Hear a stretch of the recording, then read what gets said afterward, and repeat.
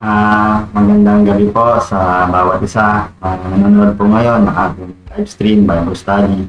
Marahil po sa inyo, nagtataka po bakit po si Brother Glenn yung naglilig ngayon ngayong gabi, Wednesday night. Nagkaroon lang po ng emergency ang ating mahal na Pastor Rhea. Huwag nalili sa kanya. Magpapatuloy po natin ang ating pag-aaral about sa prayer. So, kung atin po tayo po handa na, atin pong hawakan ng ating Bible, tabi po natin yan sa atin para tayo ay makapagbasa, makapakinig ng salita at matuto. Pag-aaralan po natin ating pag-aaralan po natin ang salita ng Diyos na pag-aaralan. Bago po tayo magsimula, nawa kayo sa mabuting kalagayan ngayon, marahil iba galing sa trabaho or iba naman ay pauwi na ng bahay, may ginawa, or kung ano pa man ang ating ginawa ngayong araw, ang mabuti, ang mainam na tayo ngayon ay sama-sama ngayong gabi para pag-aralan ng salita. Tara po, bago tayo magsimula, tayo po manalangin muna. Panginoon, maraming salamat po sa pagkakataon na to, sa gabi na to na kami nagkasama-sama para mag-aral ng iyong salita. Nawa ako po bilang mag-lead ngayong gabi, bigyan niyo po ako ng wisdom, Holy Spirit, gabayan niyo po ako na kayo lamang ang mausap sa buhay ko, na kami ay matuto sa iyong salita. Alam namin na kailangan namin ng iyong salita para maging malakas, matatag na Kristiyano at tumibay ang aming pananampalataya. Nawa Lord, ang gabi na to ay maging puspos ng pagpapala sa bawat isa. Nawa kami matuto lahat at maisabuhay namin ang aming pag-aaralan ngayon. Muli, maraming salamat po. I'm still we pray. Amen. Muli po, bago tayo magsimula, wala pong mag-recap ng mga last week na pag-aaralan natin about prayer po. Niya po, last Friday, dati si Sister Diana about doon sa prayer ni Elijah. Si Prophet Elijah, yun sa kanyang pag-pray.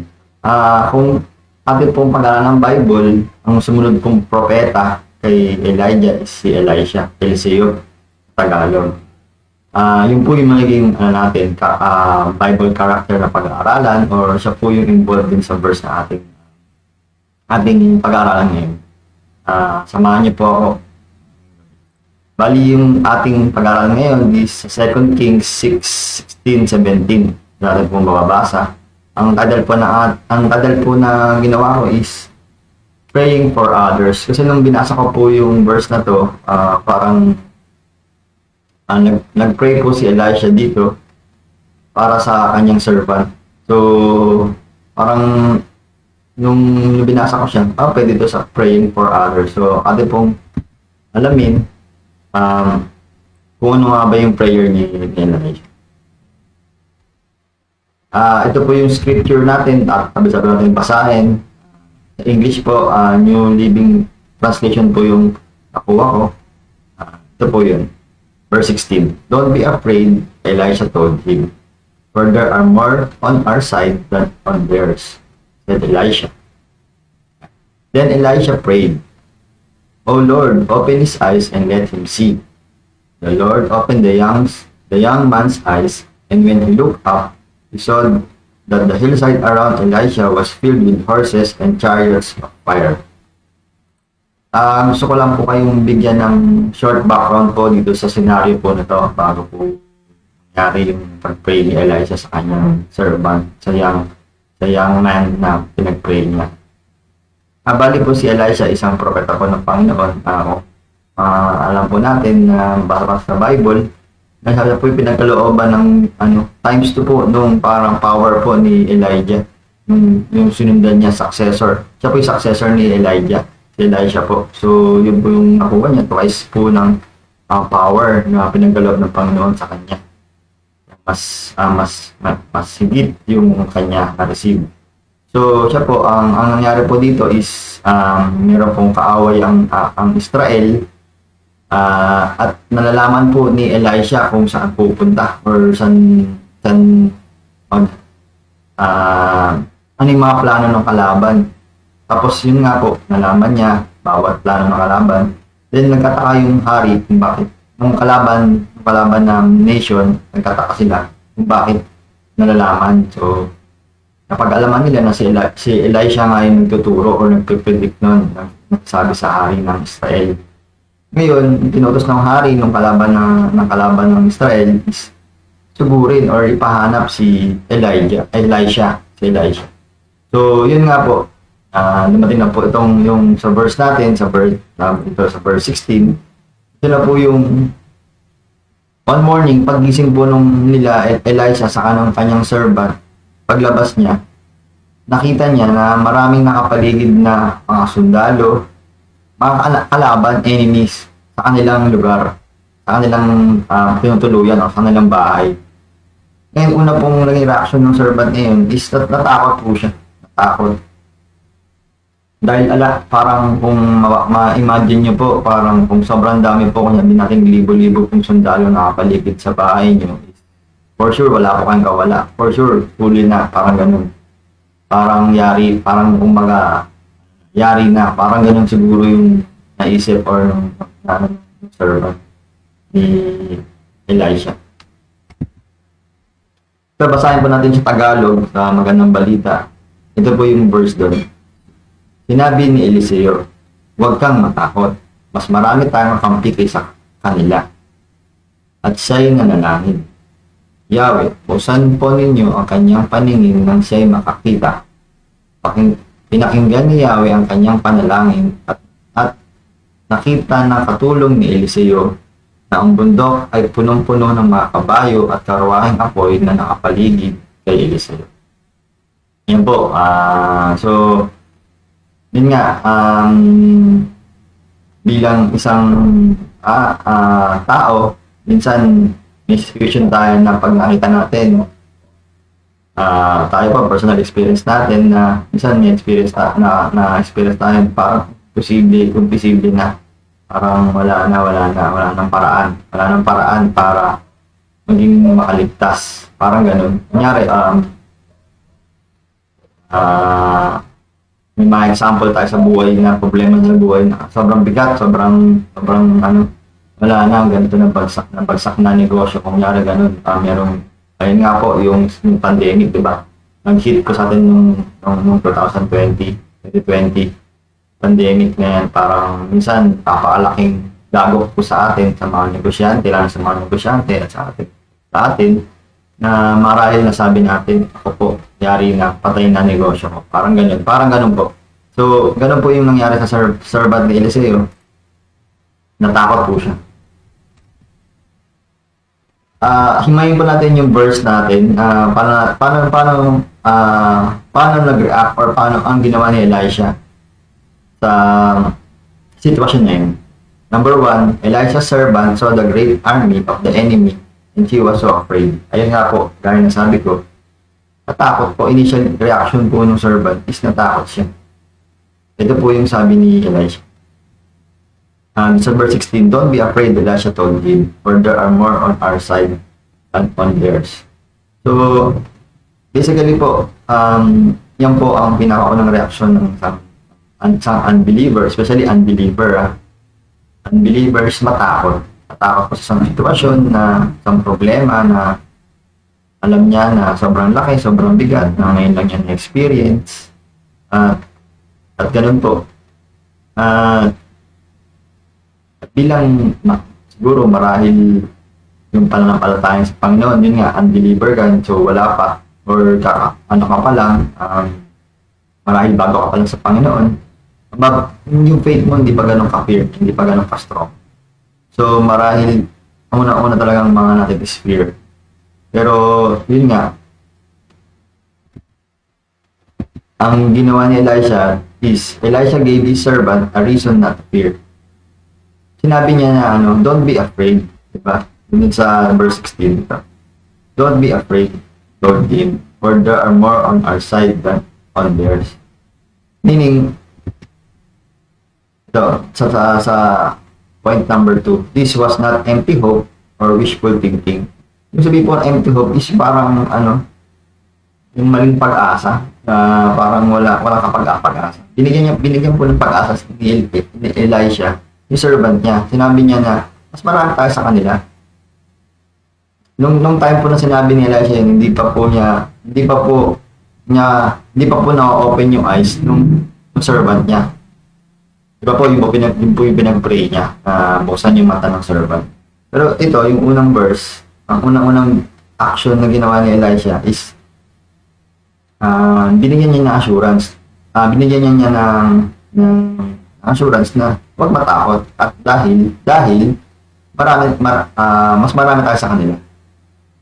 Again, minsan, pag lumapit tayo, minsan lumapit tayo sa ating leaders or kung si anumang spiritual leaders natin o kaya pastora, tapos sinabi sa atin na huwag kang matakot na ganito yan, ganito. Minsan, di ka pa rin convinced di pa rin tayo convinced na huwag matakot or huwag mangamba, huwag problema, ganyan. Sabi, huwag maproblemahin yan, brother, sister, yan, may nag-advise sa atin, or tayo, or kung tayo naman, gagamit tayo ng Panginoon, yan advice natin sa kaibigan natin or sa mag-anak natin na unbeliever.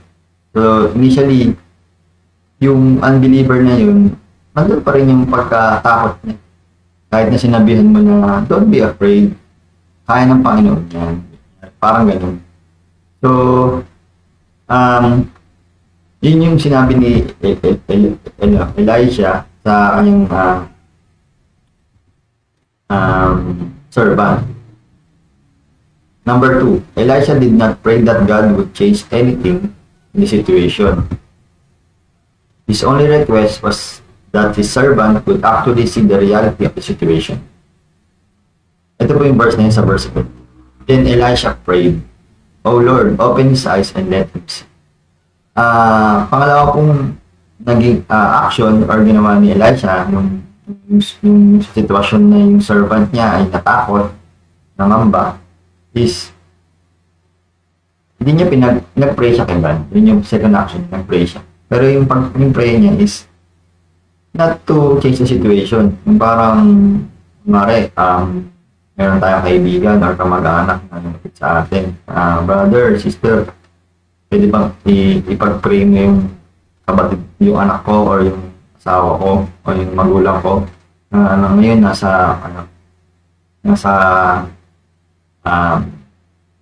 may malupang karamdaman.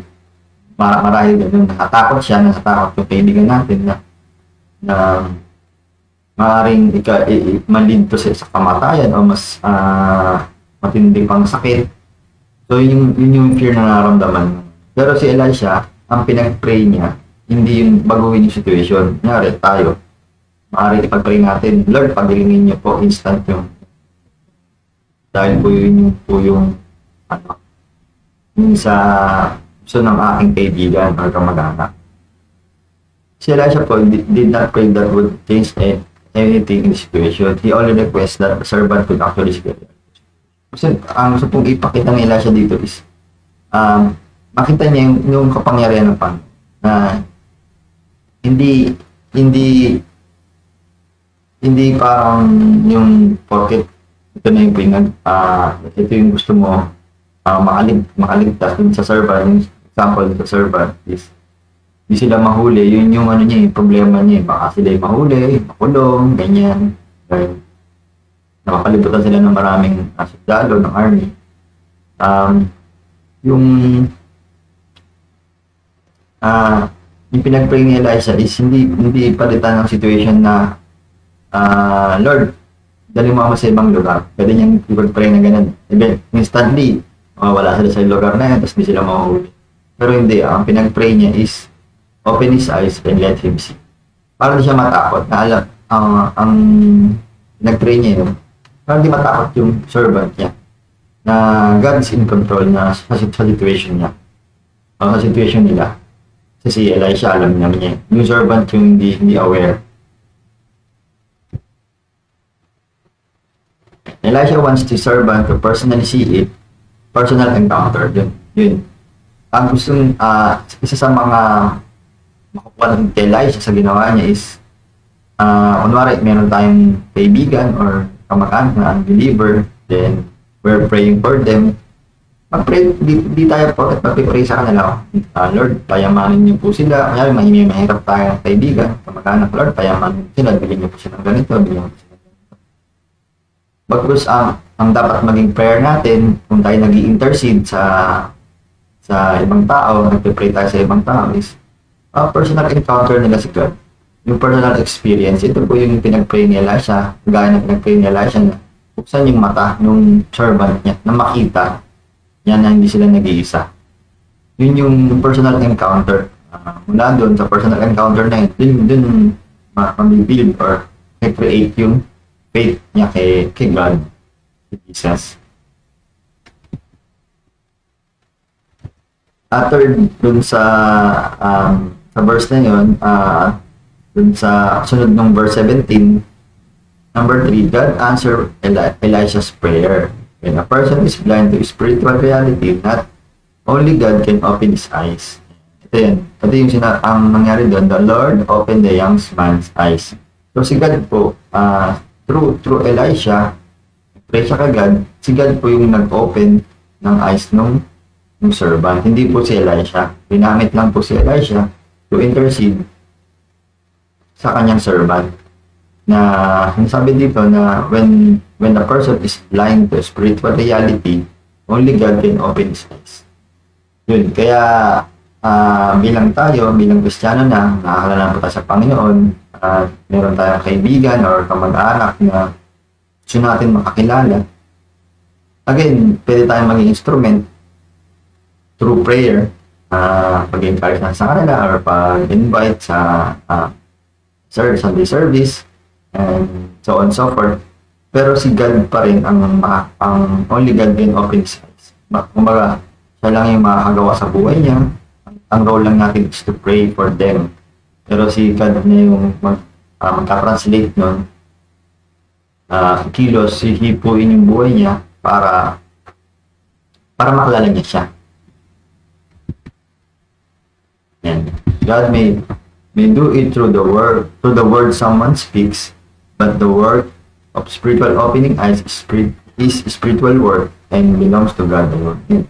Ito nga po yung sinabi ko na maaaring si God gumamit na ibang tao, marahil tayo, sa pastora, kung sino man, ikaw ngayon, ikaw na nanonood ngayon at gamitin ka, yung kapatid or tatay bilang instrument ni God, gamitin ka ni God para masama mo yung tatay or yung kapatid sa church, na-invite mo siya. Lalo ngayon, malapit na po yung anniversary natin, so maging instrument po tayo sa ating mga bahay. Hindi pa lahat ng member ng pamilya is nakakalala sa Panginoon. Ito po yung time. Actually, hindi lang during anniversary, kundi every Sunday. Ito, sa pagkakataon ito, pwede nyo i-share yung mga live stream Bible study natin sa iba. Sa ganun, maging channel of blessing din sa iba.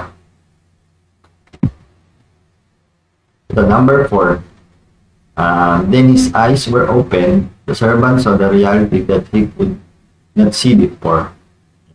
Ayan, dito na po, na-open na po yung eyes ng servant at nakita niya yung reality na dati hindi niya nakikita. Then, sa continuation ng verse 17, sabi dito, and when he looked up, he saw that the hillside around Elisha was filled with horses and chariots of fire. Yun po yung result nung action through prayer ni Elisha. Nag-respond si God, inopen niya yung eyes ng servant. Then, once na na-open, nakita niya kung may imagine po natin kung paano, imagine po natin yung nangyari nung time na yun is parang biglang from dating wala ka nakikita sa mga bundok. Kasi po yung scenario din is nandun sila sa bahay nila, nakakalibutan po sila ng army. Marahil yung likod po ng army is bulubundukin, hillside, sabi po dito, hillside. Likod po ng mga maraming sundalo na nakakalikot sa kanila. Yung nakita po ng servant, na sila lang, wala silang kalaban-laban, wala silang ligtas, nung na-open po yung eyes ng servant, nakita niya po yung hillside ay punong-puno pala. Mas marami pa dun sa nakapalibot siya kanila. Punong-puno, was filled. Ito po, sabihin po ng filled, puno. With horses and chariots of fire. Pinakita po yung protection protection po ni God kay Elisha para di siya mahuli. Pinakita po sa servant. So si Elisha, alam niya, confident siya na hindi siya iiwan ng ating Panginoon. Yung servant na yon marahil hindi ko nasabi sa Bible kung believer siya or basta servant po siya ni Elisha. Doon po nakakilala siya sa Panginoon nung na-open yung eyes niya. Nakakilala siya at nakita niya yung power ni God na ganda pala kapag nakilala mo si God, protected ka niya, hindi niya papabayaan. Gaya ni Elisha. Na ang problema niya or sobrang daming tao na nakapalibot sa kanya, then nakita ng servant na hindi pala, mas powerful pala yung God ni Elisha, at eventually naging God niya na rin dahil na-open yung eyes niya. Nakita niya yung power ni God at protection niya sa kanila.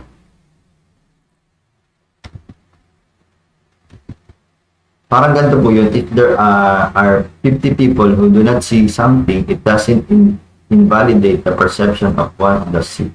Parang ganito po yung sinasabi dito na isang po, sa atin, marahil may makakilala tayo sa naniniwala sa Diyos. Marahil 50, example lang po, 50 people po sila na, wala, hindi naman totoo yan eh. Yun po yun, yung doesn't see something. Pero hindi it doesn't mean, as ikaw, isa ka lang na mananampalataya. It doesn't mean na mali yung, it doesn't invalidate the perception of one who does see. Meaning, hindi po na necessary na mali yung kita ng isang tao. Ngari, ikaw po yun.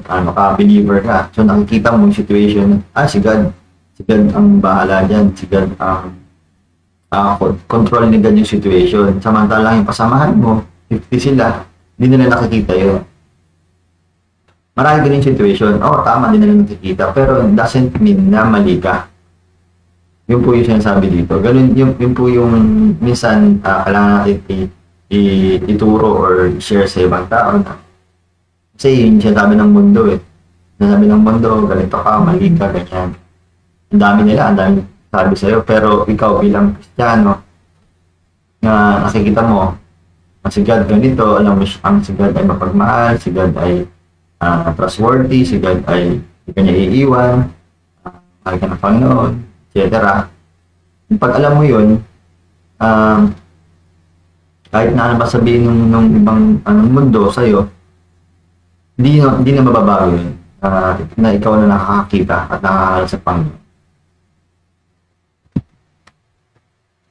Ito po, meron po ako nabasa na kinote ko po, sabi po dito is, faith is never the imagining of unreal things.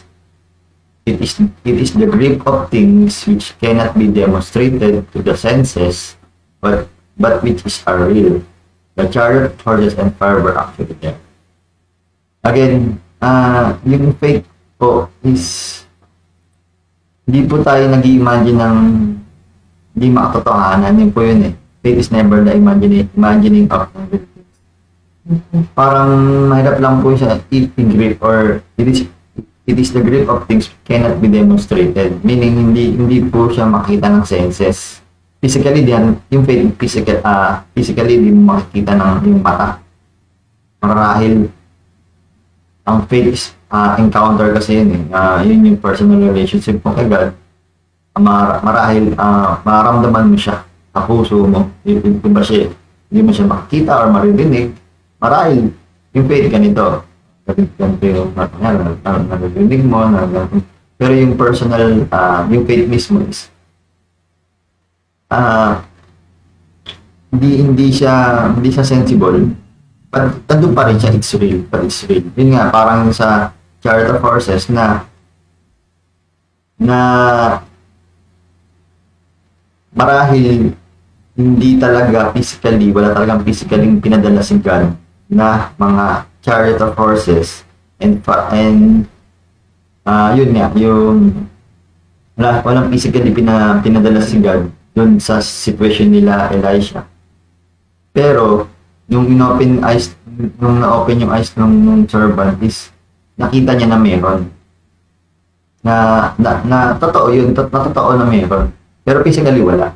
Parang ganun. Wala naman talaga. Pero, nung nakita niya, na-open niya yung eyes, na yun yung protection na binigay sa amin.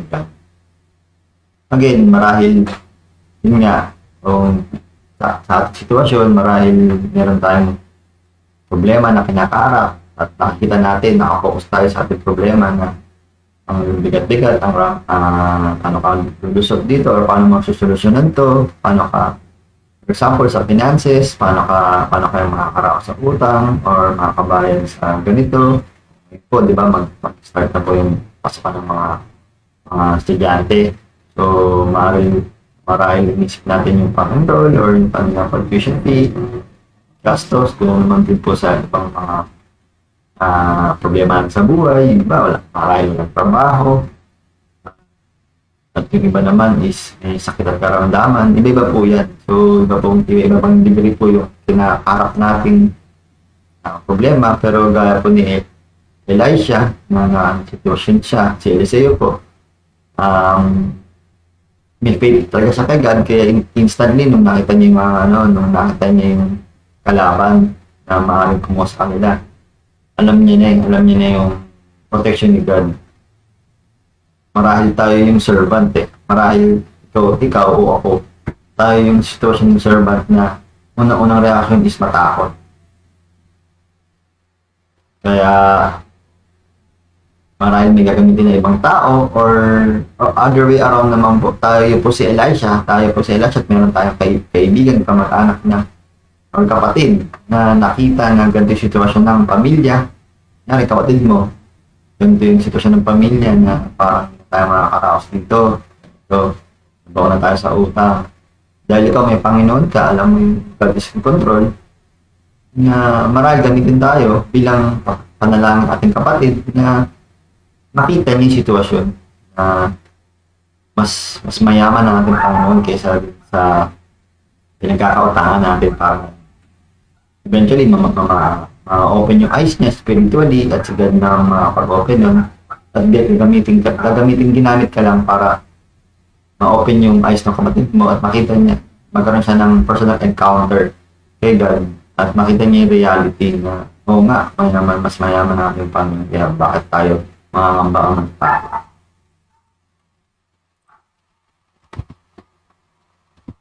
And praying for others produces in us humility because it takes our eyes off ourselves and point them to God. Mahalaga po bilang isang Kristiyano maging isang intercessor or ang intercessor po is praying for others. Mag-intercede po tayo sa ibang tao.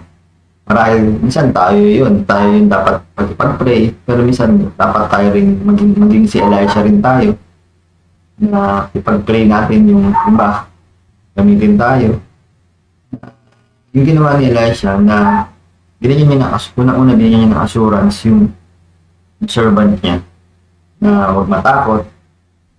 Then pinag-pray niya yung situation na saan yung mata ng servant, hindi baligtarin yung sitwasyon na binigay ng sabi ko, hindi pa sila ng lugar or para lang makatakas sa mga kalaban. Sana maging ganun tayo na nag-pray tayo sa ibang tao, pag-pray natin yung spiritual growth nila na makalang na sa Panginoon para hindi na lang puro daing narinig sa kanila. Kasi pag puro daing tapos ang prayer natin, Lord, bigyan siya ng pera, Lord, alisin niyo kanyang sakit. Parang lang, hindi pa rin niya makikilala or malalaman sino ba talaga ang nanggagaling or sino yung nag-solve ng problem niya. Kundi ang maging prayer natin sa ating mga tao is buksan na kanilang mata para makita ang Panginoon na pumili sa buhay nila. Magkaroon sila ng personal encounter kay God. Dahil po ni Elijah. Yun po, kung marahil sana po meron po natutunan or tayo po may natutunan po tayo sa pagbasa ng Bible ng salita ng Diyos sa buhay po ni Elijah. Ang prayer po natin is maging instrumento po tayo bilang mga nampalataya ng Panginoon, maging instrumento po tayo sa ibang tao, sa ibang kaibigan, kamag-anak, na mapalapit o makakilala sa Panginoon, gaya natin na magkaroon ng personal relationship sa Kanya. Kaya po, muli po, salamat po dahil sinamahan niyo po ako sa gabi na to. Alam ko po na sa gabi na to, natutunan niyo po na mag-pray din tayo sa ibang tao. Bago tayo magtapos, samahan niyo po ako sa isang Lord, salamat po sa oras na to. Lord, sa iyong salita, kami natuto kung paano kami mag-pray o paano nyo kami gamitin bilang Kristiyano na ipag-pray ang ibang tao sa kanilang sitwasyon. Dahil minsan kami rin po minsan yung servant na nakaramdam ng takot dahil nakita namin yung sitwasyon. Lord, baguhin mo po kami. Restore mo po kami. Faith sa inyo, Lord. Minsan nanghihina, nag-doubt. Minsan gamitin niyo po kami bilang si Elijah na magpag-pray ang ibang tao na buksan ang kanilang mata spiritually nang makakilala sila sa inyo, Lord. Muli po, maraming salamat po. Lahat po ng pasalamat sa ilamang po. Just let me pray. Amen.